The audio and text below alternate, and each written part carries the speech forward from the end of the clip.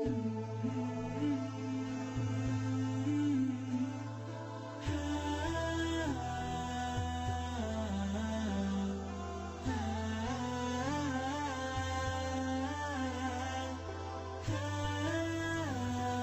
tobat, Sunan Kalijaga pernah jadi begal. Sunan Kalijaga semasa muda jadi begal, dan setelah bertobat, dia jadi wali penyebar agama Islam. Raden Syahid merasa prihatin melihat keadaan masyarakat Tuban akibat upeti dan kemarau panjang. Dia pun membongkar gudang kadipaten dan bagikan bahan makanan kepada orang-orang yang memerlukannya. Dia tertangkap basah dan dihadapkan kepada ayahnya, Adipati Tuban Tumenggung Wilatikta. Merasa tercengang, ayahnya pun mengusir Raden Syahid. Pengusiran itu tidak membuat jera Raden Syahid. Dia malah melakukan perampokan dan pembegalan terhadap orang-orang kaya di Kadipaten Tuban. Sampai pada akhirnya, Raden Syahid pun tertangkap lagi dan diusir keluar dari Kadipaten Tuban. Selanjutnya dia melangkahkan kaki sampai di hutan Jatiwangi. Dia melihat Sunan, tapi dia tidak kenal siapa sebenarnya orang tua itu.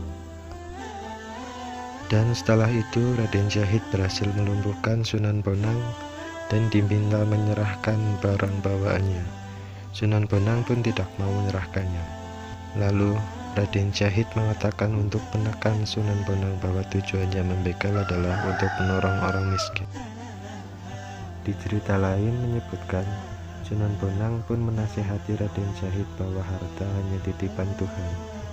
Dia pun memamerkan kesaktiannya menunjuk pohon aren dan tiba-tiba buahnya menjadi emas. Raden Syahid pun terpangah dan meminta maaf lalu bertobat. Pertemuan dengan Sunan Bonang itulah yang membuat Raden Syahid tercerahkan hidupnya. Ia pun akhirnya menyadari bahwa perbuatan yang dilakukannya itu meski tampak mulia, tetapi tetap merupakan jalan yang salah. Raden Syahid pun memohon menjadi murid. Sunan Bonang pun mengabulkan dengan syarat harus bersemedi di pinggir kali sampai dia kembali. Dan setelah 3 tahun kemudian, Sunan Bonang mendapatinya masih bersemedi.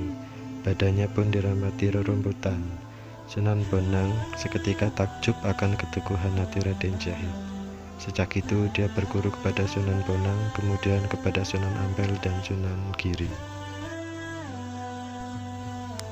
Sunan Kalijaga atau Raden Syahid kemudian berganti nama menjadi Kalijaga, artinya penjaga kali.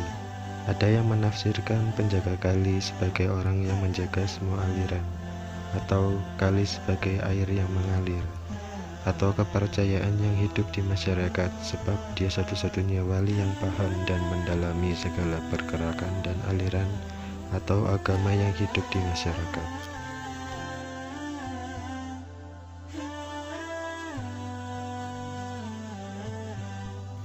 Sunan Kalijaga adalah salah satu dari 9 wali yang paling tenar di kalangan masyarakat, karena dia satu-satunya yang paling berhasil dan sebagai manusia komplit, kecuali sebagai mubalik. Beliau juga adalah seniman, budayaan, politikus, ahli tasawuf, dan sebagainya. Sunan Kalijaga menikah dengan Dewi Sarah binti Maulana Ishak dan dikaruniai 3 orang anak, Raden Umar Said atau Sunan Muria, Dewa Rukayah, dan Dewi Sofia. Sekian video yang dapat kami sampaikan, semoga bermanfaat untuk kita semua. Wassalamualaikum warahmatullahi wabarakatuh.